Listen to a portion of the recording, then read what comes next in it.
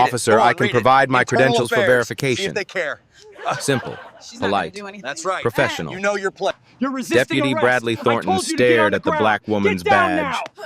His lip curled with disgust. You black folks and your fake IDs. He dangled her internal affairs credentials like a dirty rag. What did you do? Print this at Kinko's? Steal it from a real cop? His partner Marsh laughed. Probably bought it on eBay. Thornton flicked the badge onto the scorching asphalt. It landed near Faith Kennedy's feet. Your kind don't become investigators, sweetheart. He spat near her shoes. You belong in the back of my patrol car, not pretending to be one of us. Gas station customers watched. Phones raised. Someone live-streamed. A man muttered, "Another one trying to act above her station." No one spoke up. No one intervened. 6 deputies against 1 black woman. The whole world watching, laughing. But in 15 minutes, every single one of them would be on their knees, begging. 6 hours earlier, Faith Kennedy woke to silence. The bedroom was still dark. Her alarm wouldn't ring for another 10 minutes. But her body knew. It always knew this day. Every cell in her being remembered. March 15th, 10 years since Darnell died. She turned her head on the pillow. The photograph on her nightstand caught the first pale light of dawn. 2 faces smiled back at her through the dusty glass frame. Faith at 32, her arm around her little brother's shoulders. Darnell at 22, flashing that goofy grin he always wore. Brother and sister at a backyard barbecue, ribs on the grill, cold lemonade sweating in their hands. The last picture they ever took together. 3 weeks after that photo was taken, Darnell was dead. Faith sat up slowly. The house was quiet. Down the hall, her son Elijah was still sleeping. She had an hour before she needed to wake him for school. She reached over and opened her nightstand drawer. Inside lay a thick folder. The edges were dog-eared from years of handling. Coffee stains marked the cover. She had opened this folder hundreds of times over the past decade, maybe thousands. 6 formal requests to unseal Darnell's case file. Each one stamped with the same cold response. Denied. Insufficient legal basis for reopening. 3 FOIA applications. The documents that came back were so heavily redacted they looked like classified CIA files. Black bars covering everything that mattered. Names, locations, witness statements, all hidden behind thick dark lines. 2 years working with a civil rights attorney. 2 years of dead ends. 2 years of judges who refused to reopen a case already ruled justified shooting. 10 years of fighting. 10 years of hitting walls. And all Faith had to show for it was a single name. Harrington County Sheriff's Department. Not a person. Not a face she could hate. Just an institution. A department with over 200 deputies spread across 300 square miles. The man who killed her brother could be any one of them. Or he could have quit years ago. Transferred to another county. Retired with full pension. Maybe even died of old age in his bed. She had no way to know. The system made damn sure of that. Faith closed the drawer softly. "This year, I won't open it again," she whispered to the empty room. "Not because I'm giving up. Because I've learned to live without answers." She pulled on her running shoes and slipped out the back door into the cool morning air. Riverside Heights was slowly waking. Sprinklers hissed on brown lawns. A dog barked somewhere down the street. Faith's feet found their familiar rhythm on the cracked sidewalk. Left, right, left, right. The pounding helped quiet her mind. 3 miles later, she stood at the iron gates of Riverside Memorial Cemetery. The headstone was simple gray granite, weathered by a decade of Georgia rain and sun. Darnell Kennedy, 1988-2015, beloved son and brother. Faith knelt on the damp grass. Morning dew soaked through her running pants, cold against her knees. She pressed her palm against the stone. It was cool and rough under her fingers. "I'm sorry I still haven't found him, Darnell." Her voice cracked in the quiet morning air. Maybe I never will. But I'm still trying to do the right thing. Every single day. That has to count for something, right? A cardinal landed on a nearby branch. It watched her with its small black eyes. Then it flew away. Faith stayed there for 5 minutes, listening to birds, feeling the cool stone beneath her hand, remembering her brother's laugh. Then she wiped her eyes and ran home. Elijah was in the kitchen when she returned, 16 years old, tall and lanky like his uncle had been. He was pouring cereal into a bowl, still half asleep, eyes barely open. "Morning, baby." "Morning, Mom." He yawned widely. "You went to see Uncle Darnell?" Faith paused at the refrigerator. "How did you know?" "You always run to the cemetery on March 15th. He looked at her with eyes too wise for 16. "You never really talk about how he died. Not the details." Faith poured herself a glass of orange juice. Her hand was steady, but her heart wasn't. "He was shot by a police officer during a traffic stop." She kept her voice even.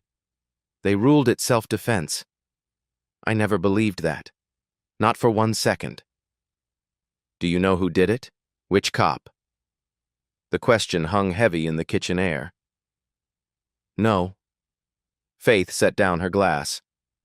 "The file is sealed. They never released the deputy's name. I've tried to find out for 10 years. 6 petitions, 3 FOIA requests, 2 years with a lawyer. Nothing worked." "That's so messed up." Elijah shook his head. "Why would they hide it?" "Because when a cop shoots someone and gets cleared, they're protected. Their identity stays secret to prevent retaliation." Faith's voice hardened. "Nobody thinks about the families, the people who just want to know the truth about how their loved ones died." Elijah picked up his backpack. "Uncle Darnell would be proud of you, Mom, for never giving up." Faith pulled him into a tight hug. She smelled his shampoo, felt his heart beating against hers. "I hope so, baby. I really hope so." After Elijah left for school, Faith sat at the kitchen table with her case files spread before her. Harrington County Sheriff's Department. 52 complaints of racial profiling in just 18 months. A disturbing pattern centered on a group of deputies known internally as the Brotherhood. She had been investigating them for 3 weeks. Her phone buzzed. Commander Victor Collins. "Coffee before you head out? Need to discuss something important." 20 minutes later, Faith sat across from her boss in a roadside diner 2 counties away from Harrington. The coffee was weak. The vinyl booth was cracked. But it was private. Collins stirred his coffee slowly. His face was troubled. "Harrington County. That's where your brother was killed." "Yes, sir." "Does that affect your objectivity on this case?" Faith met his eyes directly. "Sir, my brother was shot in Harrington 10 years ago. But I don't know who killed him. The file is sealed. I have no name, no face, no specific target. And if you discover something during this investigation, I report it immediately and request reassignment. I know the rules." Collins nodded. "That's why I trust you." He slid a folder across the table. "Body camera stays on at all times. We're monitoring the live feed from headquarters." Faith opened the folder. Inside were surveillance photos. Bradley Thornton, Kevin Marsh, the 2 worst offenders in the Brotherhood. She studied Thornton's photo. Hard eyes, arrogant smirk, 23 complaints, 0 disciplinary actions. She didn't know she was looking at her brother's killer. The drive into Harrington County felt like crossing into enemy territory. Faith's Honda Accord rolled past farmland and strip malls. Confederate flag bumper stickers decorated the backs of pickup trucks. A faded Blue Lives Matter banner hung over the entrance to a roadside diner. The letters were sun-bleached but still readable. A sheriff's cruiser passed going the other way. The deputy inside turned his head to watch her. His eyes tracked her car in the rear-view mirror until she was out of sight. Faith kept her hands at 10 and 2, eyes on the road. This was her 5th drive through Harrington in 3 weeks. 4 times before, no one had stopped her. But today was Sunday. According to her files, the Brotherhood worked Sundays. She pulled into the quick-stop gas station on Route 17.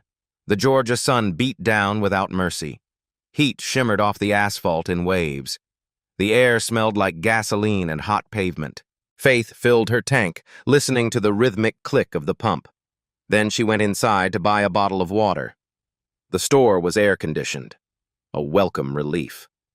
She grabbed a water from the cooler and paid the bored teenager behind the counter.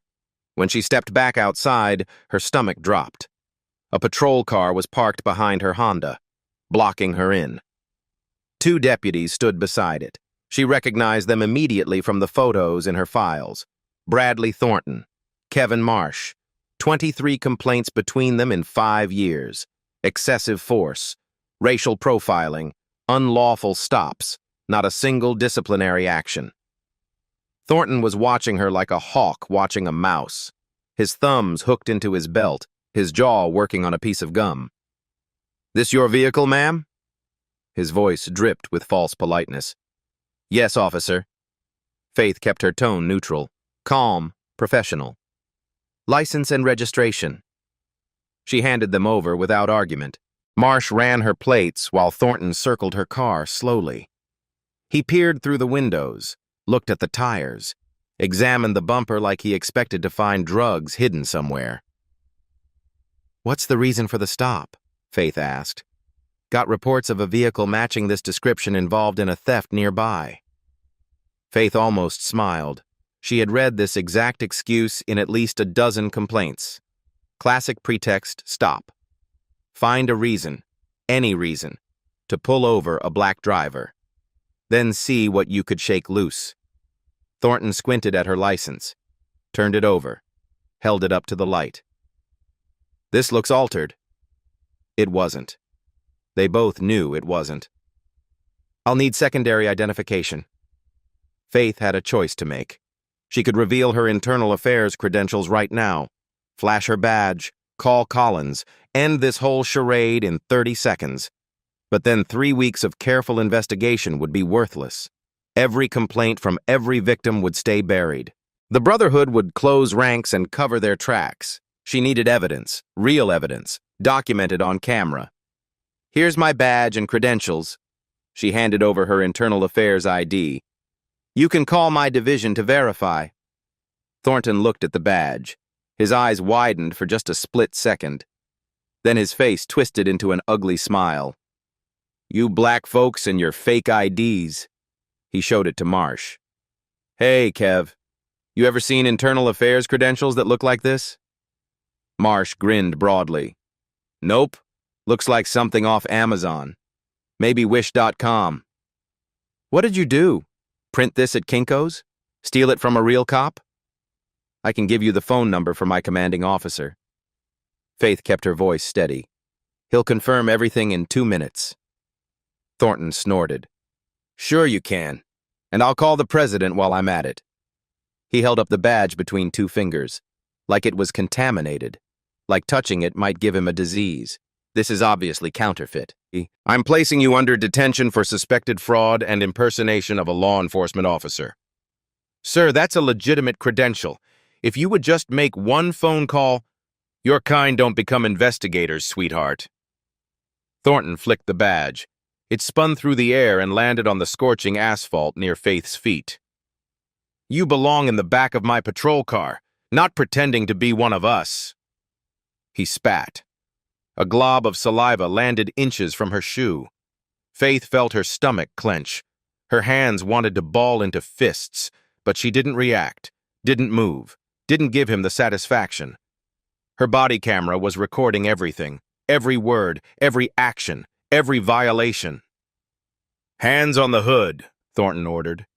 "Spread your legs." Faith complied. The metal hood burned through her blazer like a hot iron. She could feel blisters forming on her palms. The heat radiated up through her wrists. Customers at the gas station had stopped what they were doing. A man filling his truck watched openly. A woman with 2 kids hurried them into her minivan. Several people had their phones out. One was clearly live streaming. The red dot blinked in the corner of his screen. A man in a Confederate flag t-shirt muttered loud enough for everyone to hear. "Another one trying to act above her station." Someone chuckled. No one spoke up for her. Thornton patted her down roughly. His hands moved slowly, deliberately. They lingered in places they had no business being. "Gotta be thorough," he said with a smirk. He grabbed her purse and upended it onto the ground. Everything spilled out onto the dirty asphalt. Wallet, keys, lipstick, hand sanitizer. A small photograph in a plastic sleeve. Thornton picked up the photo.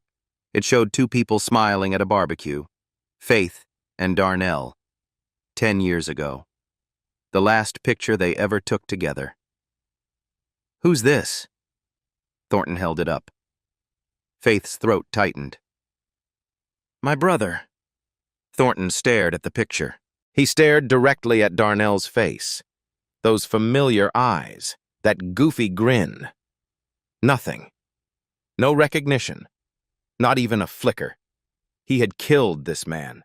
Shot him 3 times on a dark road, and he couldn't even remember his face. Thornton tossed the photo onto the ground with everything else.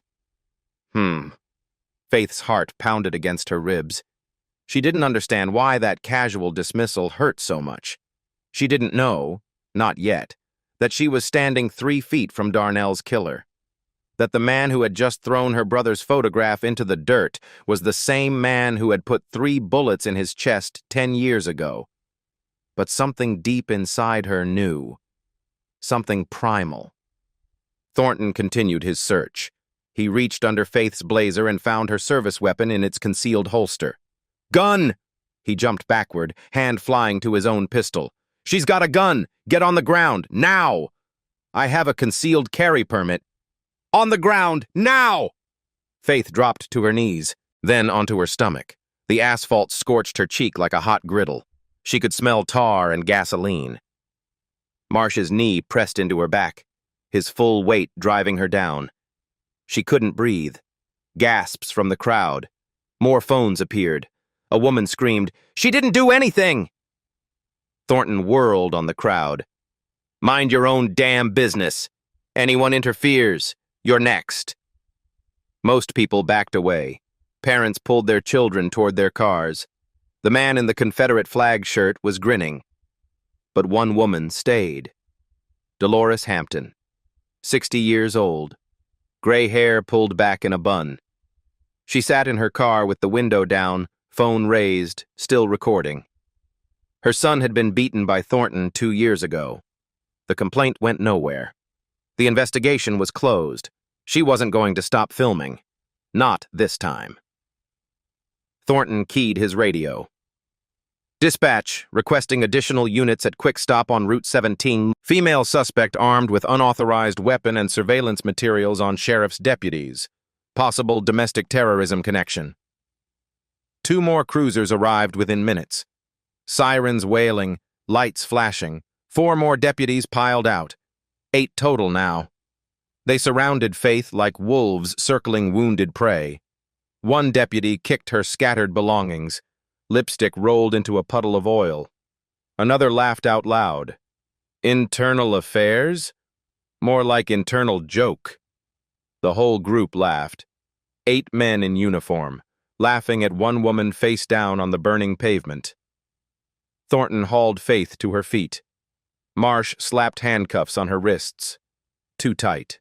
Much too tight. The metal edges bit into her skin like teeth. "When we prove this badge is fake," Thornton hissed in her ear, "you're looking at 5 years minimum. Impersonating an officer. Illegal surveillance. Resisting arrest." "I haven't resisted anything." Thornton's smile didn't reach his eyes. "We'll see about that. He shoved her toward his patrol car. Faith stumbled. Her knee hit the ground. Pain shot up her leg like electricity. Someone in the crowd laughed again. Thornton opened the back door and pushed her inside. The vinyl seats were burning hot. The air was thick and stale. No air conditioning. He slammed the door. Through the window, Faith watched him gather her belongings. Her badge, her gun, her files, her brother's photograph. He threw them all in an evidence bag like they were garbage. Then he climbed into the driver's seat and reached for the radio. The patrol car pulled out of the gas station parking lot, gravel crunching under the tires. Faith sat in the back seat with her hands cuffed behind her. The plastic seat burned through her pants. Sweat dripped down her temples and stung her eyes. The air was so thick and hot it felt like breathing soup. Thornton caught her eye in the rearview mirror. His lips curved into a satisfied smirk. "Comfortable back there, sweetheart?" Faith didn't answer. "Silent treatment? Smart." Thornton adjusted the mirror so he could watch her better. "You're gonna need a good lawyer where you're going. Expensive one." Marsh turned around in the passenger seat. His eyes were cold and amused, like a cat playing with a wounded bird. "You know what happens to fake cops in county lockup? The real criminals don't take kindly to imposters, especially the ones pretending to be internal affairs." "I'm not an imposter." Faith kept her voice calm. "Professional. Call the State Police Internal Affairs Division. Ask for Commander Victor Collins. He'll verify everything in 2 minutes." "Commander Collins?" Thornton snorted and shook his head. "Sure, and I'm the governor of Georgia." He picked up the radio mic. "Dispatch, ETA 10 minutes. Prepare booking for 1 female suspect. Charges: impersonation of a law enforcement officer, possession of unauthorized weapon, illegal surveillance of government employees, resisting arrest." "I didn't resist anything." "Your word against mine." Thornton's eyes met hers in the mirror. Cold, confident. "And sweetheart, nobody's going to believe you. Not here. Not ever." The car wound through rural roads. Faith watched the Georgia countryside pass through the smudged window. White farmhouses with wraparound porches, cattle grazing behind wooden fences, a small white church with a steeple reaching toward the cloudless sky. Somewhere out here, 10 years ago, Darnell had taken his last breath. Route 17 stretched for 30 miles through Harrington County. The original reports never specified the exact location of the shooting, just Route 17, Harrington County, somewhere on this endless ribbon of asphalt. Faith looked at the passing trees, the fields, the ditches alongside the road. Her brother had died on a road just like this one. Maybe this very road. Maybe they were passing the exact spot right now. She would never know. The Harrington County Sheriff's Station was a low brick building squatting at the edge of town.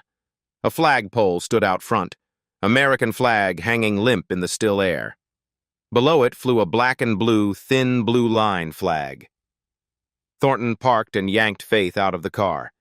Her legs had gone numb from the heat and the awkward position. She stumbled and he caught her arm, fingers digging in hard enough to bruise. "Walk straight," he muttered. "Don't embarrass yourself more than you already have."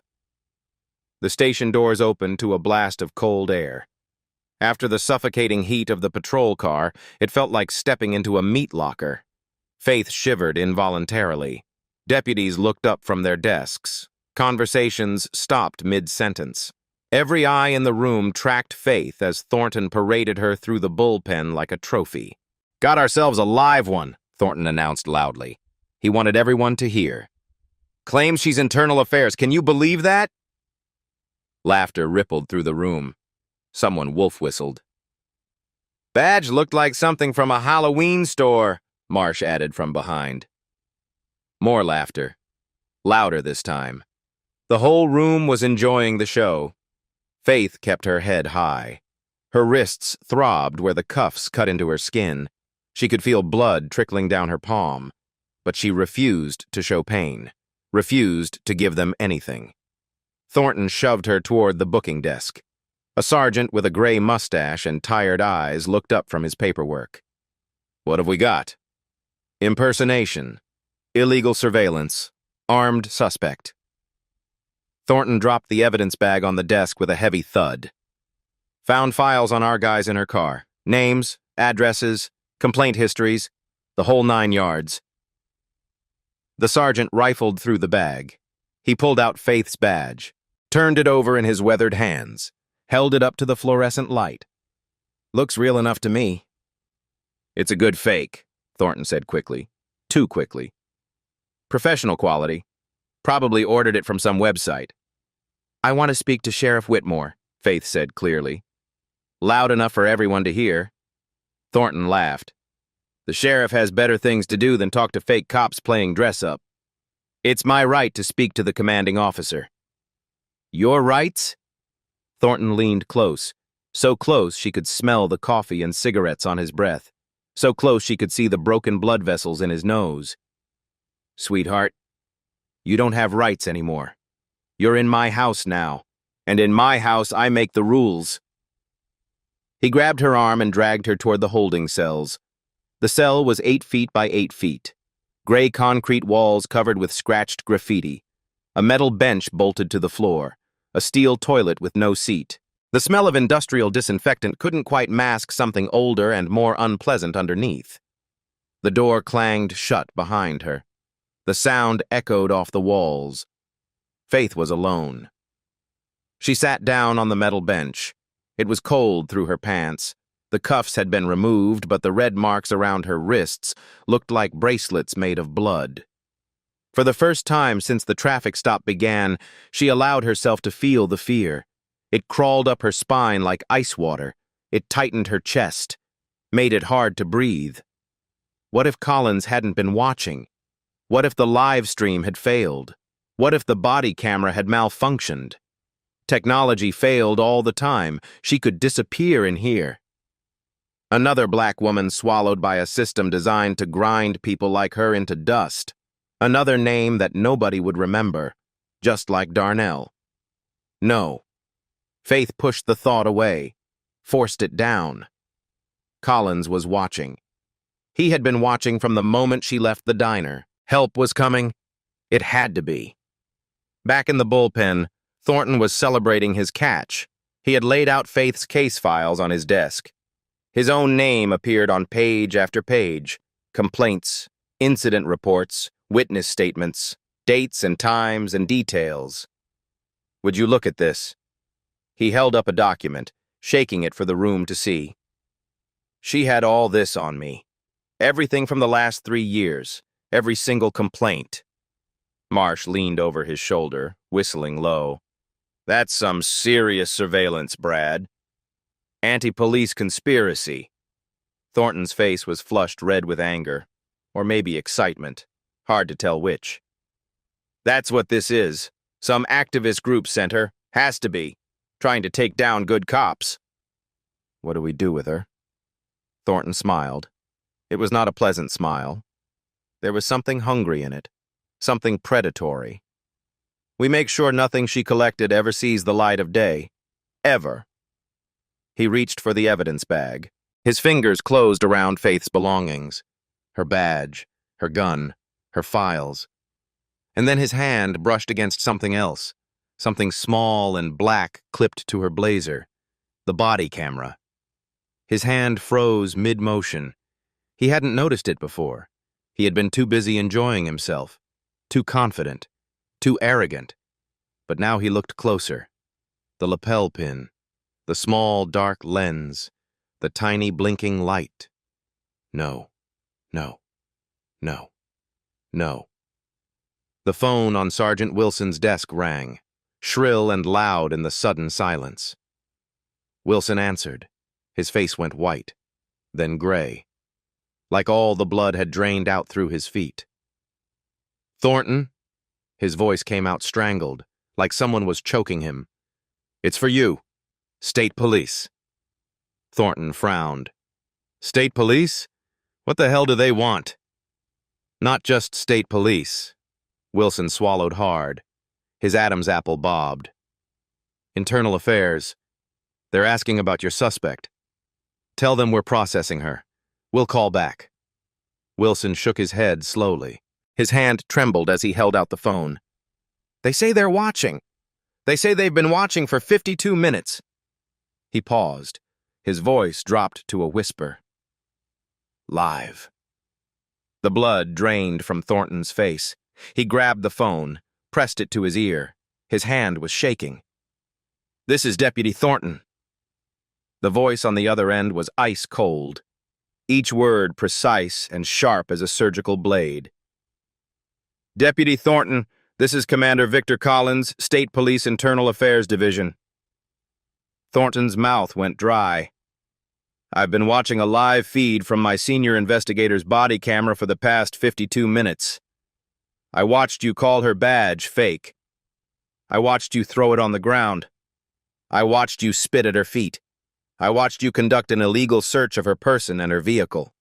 I watched you arrest her on completely fabricated charges. Thornton opened his mouth. No sound came out. His throat had closed up. I want Sheriff Whitmore on this phone in 2 minutes. And Deputy, every single word you say from this moment forward is being recorded. The line went dead.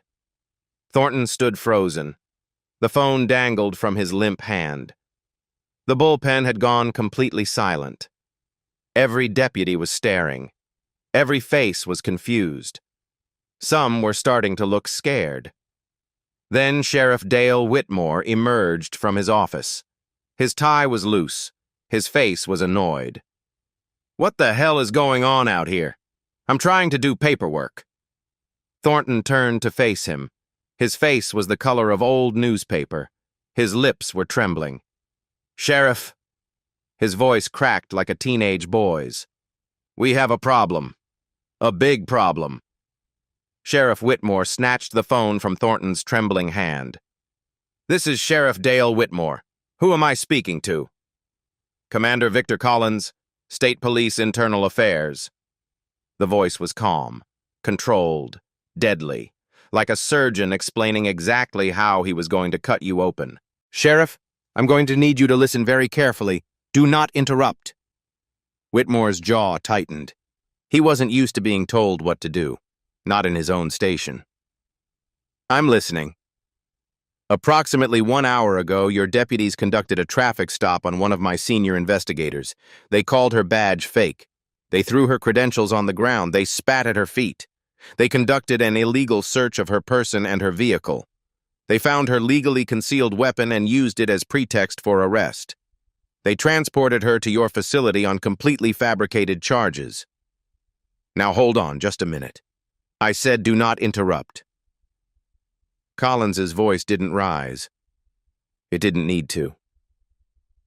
Everything I just described was captured on my investigator's body camera. The feed has been streaming live to my office for 52 minutes. The State Attorney General's office has been watching for the last 20 minutes. As we speak, agents from the FBI Civil Rights Division are en route to your location. Whitmore's face went from red to gray. His hand holding the phone had started to shake. What? What, investigator? Senior Investigator Faith Kennedy. She has been conducting an undercover investigation into your department's pattern of racial profiling for the past 3 months. Deputy Bradley Thornton and Deputy Kevin Marsh were primary targets.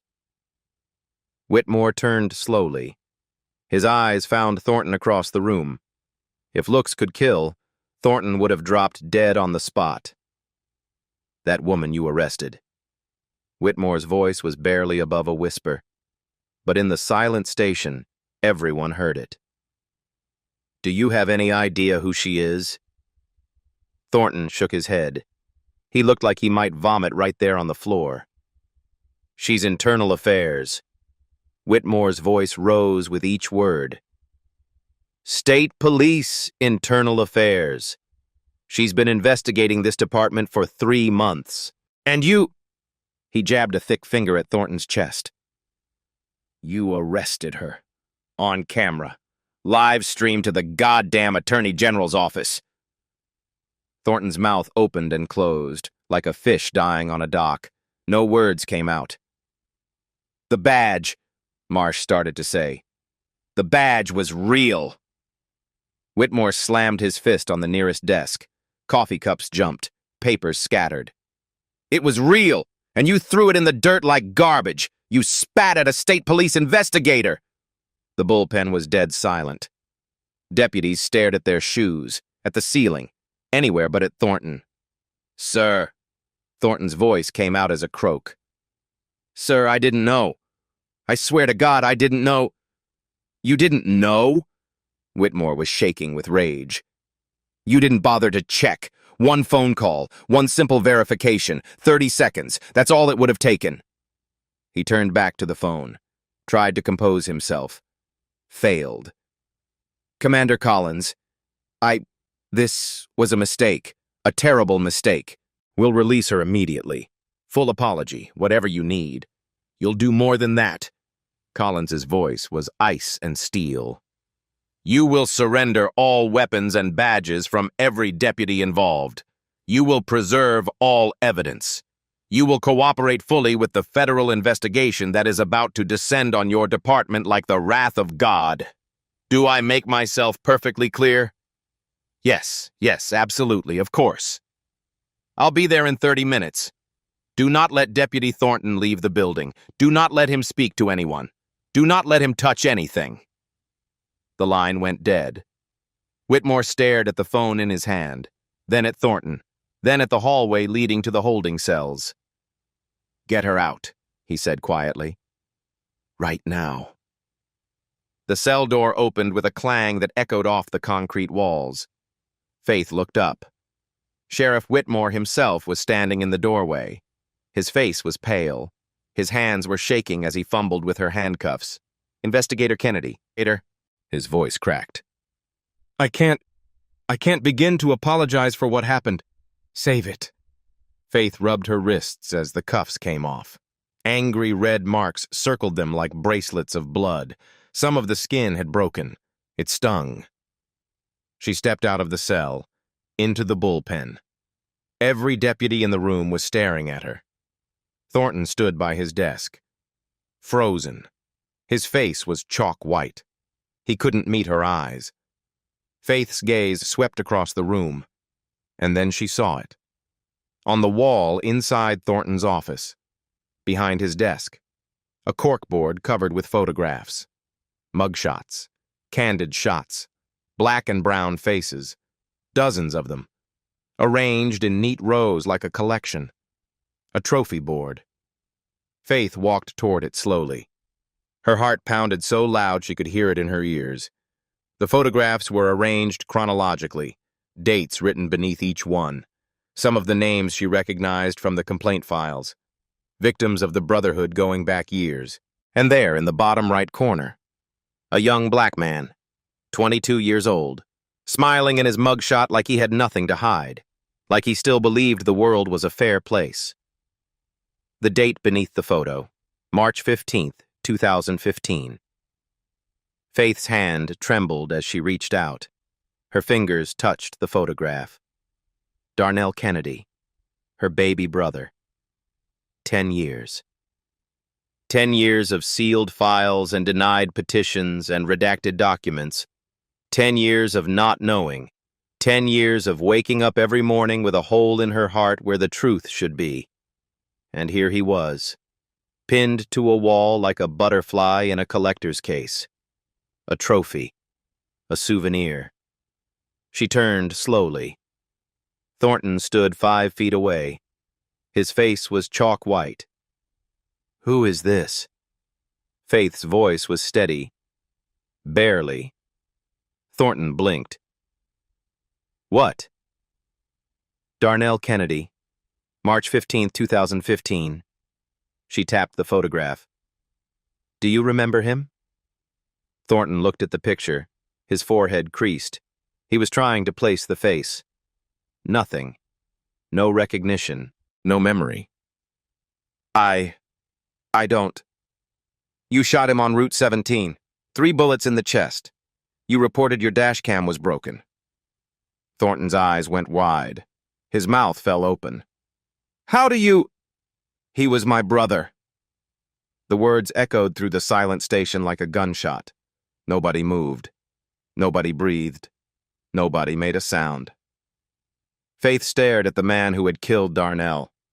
The man who had thrown her badge in the dirt. The man who had called her sweetheart and your kind. The man who had treated her like garbage. The man who couldn't even remember her brother's face. Behind them, the station doors burst open. Commander Victor Collins strode in like an avenging angel. 4 state police investigators flanked him. Their faces were stone. "Deputy Bradley Thornton," Collins's voice rang through the building like a bell. "You're under arrest." The handcuffs clicked around Thornton's wrists with a cold, final sound, the same wrists that had thrown Faith's badge in the dirt, the same hands that had tossed her brother's photograph onto the asphalt, the same fingers that had pulled the trigger 3 times on a dark road 10 years ago. Thornton didn't resist. He didn't speak. He just stood there with empty eyes while the state police investigators read him his rights. "You have the right to remain silent. Anything you say can and will be used against you in a court of law." Faith watched from across the room. Her legs felt weak. Her hands were shaking. 10 years of searching. 10 years of hitting walls. 10 years of bureaucratic rejection letters and sealed files and redacted documents. And the answer had been right here all along. Pinned to a wall. Hiding in plain sight. Commander Collins approached her. His face was tight with concern. "Kennedy, are you okay?" She shook her head slowly. "He killed my brother, sir, 10 years ago. That man right there. That's the one who did it." Collins looked at the trophy board, at Darnell's photograph, at the date written beneath it. His jaw tightened so hard the muscles in his cheek jumped. "I saw it on the feed. I saw you find the picture." His voice was gentle now. "I'm so sorry, Faith. I had no idea." "Neither did I." She laughed. It came out bitter and broken. "I came here to investigate racial profiling. 52 complaints, that's all. I didn't know I would find this." Across the room, Sheriff Whitmore was trying desperately to salvage what was left of his career. This was all Thornton, he was telling anyone who would listen. "Rogue deputy. I had no knowledge of his activities. Department policy strictly prohibits this kind of behavior." "Sheriff Whitmore." Collins cut him off with a voice like a knife. "I have documentation of 12 complaints against Deputy Thornton that crossed your desk personally, all dismissed without investigation, all buried. We'll be discussing your role in this at considerable length." Whitmore's face went from pale to gray. One by one, the deputies involved in Faith's arrest were being processed. Marsh, the 4 backup officers. One by one, their weapons were confiscated, their badges surrendered, their faces photographed. Faith watched them line up like the criminals they were. Some looked scared, some looked defiant. One was crying. Good. The station doors opened again with a bang. A young man burst through, tall, 16 years old. His eyes were red and wild with panic. "Mom!" "Elijah." Faith's heart lurched in her chest. "Baby, what are you doing here?" "I saw the video." He was crying, tears streaming down his face. "Someone posted it on TikTok. It already has 1 million views. I saw them. I saw what they did to you. I saw that cop throw your badge." Faith pulled him into her arms and held him tight. He was shaking. She was shaking. They were both shaking. "I'm okay," she whispered into his hair. "I'm okay, baby. It's over now." "Is it true?" He pulled back to look at her face. His eyes searched hers desperately. "What they're saying on Twitter? About Uncle Darnell?" Faith looked across the room. Thornton was being led toward the back exit. His head was down. His shoulders were slumped. He looked smaller somehow, diminished. "You see that man?" Faith said quietly. "The one in handcuffs?" "Yeah?" "That's the man who killed your uncle, 10 years ago." Elijah went completely still. The color drained from his face. 10 years he had asked about Uncle Darnell. 10 years Faith had said, One day, you'll know the whole story. 10 years of protecting him from a truth she didn't even fully understand herself. She never imagined the revelation would come like this. How? Elijah's voice was barely a whisper. How did you find out? I didn't. Not on purpose. Faith shook her head slowly. I came here to investigate something else. Complaints about racial profiling. I didn't know Thornton was connected to Darnell until I saw the photo on his wall. So it was, an accident? That you found him? Faith thought about the question. About 10 years of searching. About 6 denied petitions. About the way fate worked sometimes. Call it what you want. Fate, luck, divine intervention. She touched her son's face. I spent 10 years looking for answers. And then, on the anniversary of Darnell's death, his killer walked right up to me and arrested me himself. Thornton was at the exit door now. 2 state police officers gripped his arms. He stopped, turned back. His eyes found Faith across the room. I didn't know. His voice was raw and ragged. I swear to God, I didn't know you were his sister. Faith met his gaze, held it, didn't look away. You didn't know a lot of things today, Deputy. She walked toward him slowly. Every eye in the station followed her. The only sound was her footsteps on the linoleum floor. You didn't know my badge was real. You didn't know I was investigating you. You didn't know my body camera was streaming to headquarters. She stopped 3 feet away from him. But here's what you should know now. I didn't come to Harrington looking for Darnell's killer. I was assigned to investigate 52 complaints of racial profiling. I didn't know you were connected to my brother until 5 minutes ago. Thornton stared at her. His eyes were wet. This wasn't a trap, Faith said quietly. This wasn't revenge. This was fate. You destroyed your own career because you couldn't treat a black woman with basic human decency. You did this to yourself. She turned her back on him. Get him out of here. The door closed behind Thornton, the man who had killed her brother. The man who didn't even remember his face. Elijah was at her side. She pulled him close. It's over, baby, she whispered. It's finally over. But even as she said the words, Faith knew they weren't quite true. This wasn't the end. This was just the beginning. 72 hours later, Faith sat in Commander Collins's office. 3 days since the traffic stop. 3 days since she discovered her brother's killer. Collins placed a USB drive on the desk. We received a call yesterday. Raymond Holloway, former deputy with Harrington County. Quit 5 years ago. Faith looked at the USB. Something in Collins's tone made her chest tighten. He was Thornton's partner the day your brother was shot. He saw everything. The room seemed to shrink. For 10 years, Holloway kept a secret.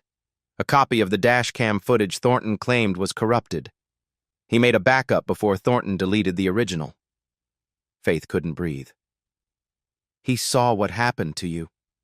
Watched Thornton do to you exactly what he did to Darnell. He couldn't stay silent anymore. Collins slid the USB toward her. This is the footage. From the day your brother died. Faith stared at the small piece of plastic. 10 years of searching. 6 denied petitions. 3 useless FOIA requests. And the answer had been in a former deputy's drawer the whole time. She watched the footage alone. Darnell Kennedy, 22 years old, pulled over for a broken taillight. He was calm, polite. Yes, officer. Here's my license, officer. Thornton asked him to step out. Darnell complied. Thornton told him to put his hands up. Darnell raised them high, reaching for the sky like he was praying. 3 shots. Darnell fell. Thornton stood over him, watched him die. Then picked up the dash cam and turned it off. Faith watched her brother's murder twice. then closed the laptop and cried for an hour. The footage went public the next week. The nation watched a young black man die with his hands raised. They watched a deputy shoot him for nothing. They watched him lie about it for 10 years. The hashtag Justice for Darnell trended for 9 days. Faith gave one interview. I spent 10 years looking for answers. 6 petitions. 3 FOIA requests. Every legal avenue. Nothing worked. She paused. Then, on the 10th anniversary of my brother's death, his killer pulled me over for driving while black. He arrested me, mocked me, and walked me right past the evidence I'd been searching for all along. The interview was viewed 50 million times. A federal grand jury convened within 3 weeks. The indictments came down like hammer blows. Bradley Thornton. Second-degree murder. Civil rights violations. False arrest. Obstruction of justice. 15 counts. Kevin Marsh. Civil rights violations. Accessory charges. 8 counts. Dale Whitmore. Conspiracy. Obstruction of justice. Pattern of civil rights violations. 11 counts. 4 additional deputies. Various charges. The trial lasted 3 weeks. Faith testified for 2 days. She described the traffic stop, the humiliation, the discovery. The defense tried to argue entrapment. They said Faith had targeted Thornton because of Darnell. The prosecutor destroyed that argument in 30 seconds. Investigator Kennedy didn't know who killed her brother until she saw his photograph on that wall. The case file was sealed. The deputy's name was never released. She was assigned to investigate 52 complaints of racial profiling, complaints that had nothing to do with her brother. The dashcam footage played in court. Jurors wept. A woman had to be escorted out when she started screaming. Thornton sat motionless. He didn't look at Faith. He stared at the table like a man already dead. The verdict came on a Tuesday. Guilty. All counts. The sentencing hearing was standing room only. Judge Margaret Crawford looked at Thornton with undisguised contempt. Deputy Thornton, you swore an oath to protect and serve. Instead, you became a predator. You killed an unarmed man with his hands raised. You covered it up. You displayed his photograph as a trophy. And when his sister crossed your path 10 years later, you did the same thing to her. She paused. The only reason Faith Kennedy is alive is because she had a body camera. Bradley Thornton. 25 years federal prison. Kevin Marsh, 6 years. Dale Whitmore, 12 years. Barred from public office for life. Other deputies, 3 to 8 years each. The reforms came quickly. Harrington County placed under federal consent decree. Mandatory body cameras. Independent Civilian Oversight Board. New sheriff from outside the county. The state legislature passed a new law, the Darnell Kennedy Act. All dashcam and body camera footage preserved for 25 years. No exceptions. Faith testified before Congress. My brother didn't have a body camera. He didn't have a live stream to headquarters. He was alone on a dark road with a man who saw him as less than human. She looked into the camera. How many more Darnells are out there? How many deaths have been covered up? How many families are still waiting for answers? The Darnell Kennedy Act passed unanimously. 1 year later, Faith Kennedy stood before a new door. The nameplate read, Faith Kennedy, Assistant Director, State Police Internal Affairs Division. Her office was modest. A desk, 2 chairs, a window overlooking the state capitol. The walls held photographs, Elijah at his junior prom, her parents on their anniversary, Darnell at his college graduation. On her desk sat 2 objects. The first, her internal affairs badge, the one Thornton had thrown in the dirt. She had kept it, cleaned it, framed it, a reminder. The second, a thick folder, dog-eared, coffee-stained. 6 denied petitions, 3 useless FOIA responses, and now on top, a single new document. Case closed, justice served. Faith touched the folder, then closed the drawer. That afternoon, she drove to Riverside Memorial Cemetery. Elijah was waiting by the car, 17 now, taller than his uncle had been. They walked together through the headstones. Darnell Kennedy, 1988-2015, beloved son and brother, not forgotten. The last words were new, added after the trial. Faith knelt on the grass. She placed something against the headstone, a copy of the sentencing document. 25 years for Bradley Thornton. "Hey, baby brother." Her voice was soft. "I brought you something. Took me 10 years, but I got it done." "Do you think he knows?" Elijah asked. "Wherever he is?" "I hope so. I really hope so." They stood in silence. "Mom, do you hate him? Thornton?" Faith considered the question. "I used to. For 10 years, I woke up with hate. It was the first thing I felt every morning, the last thing before sleep. And now? Now I feel relieved. Not because Thornton's in prison, but because Darnell is finally remembered the right way. Not as a trophy on a wall, as the man he really was." Elijah nodded. "He would be proud of you." "I hope so, baby." She took one last look at the headstone, then turned to leave. "Mom, one more thing." "What?" "You spent 10 years looking, and the answers came when you weren't even looking." Faith smiled sadly. "That's the thing about justice. Sometimes it doesn't come because you chase it. It comes because you never stop doing the right thing, and eventually fate finds a way." They walked back to the car, mother and son, side by side. Bradley Thornton thought he was untouchable. He thought his badge gave him power over anyone he deemed lesser. He thought he could kill a young black man, cover it up, and walk free forever. He was wrong. But this isn't about revenge. Faith Kennedy didn't go to Harrington looking for her brother's killer. She was assigned to investigate 52 complaints of racial profiling. She didn't know fate would lead her to the man she'd been hunting for 10 years. Sometimes justice comes in ways we never expect. Sometimes it takes patience. Sometimes it takes a body camera. And sometimes it just takes one person who refuses to stay silent. Raymond Holloway kept his secret for 10 years. 10 years of guilt. But when he saw Thornton do to Faith what he had done to Darnell, he couldn't stay quiet anymore. One person finally decided to do the right thing, and that made all the difference. If this story moved you, share it. Every person who sees this understands the reality a little better. Subscribe if you want more stories about justice served. Hit the notification bell so you don't miss the next one. And leave a comment. Have you ever stayed silent about something you knew was wrong? What would it take for you to speak up?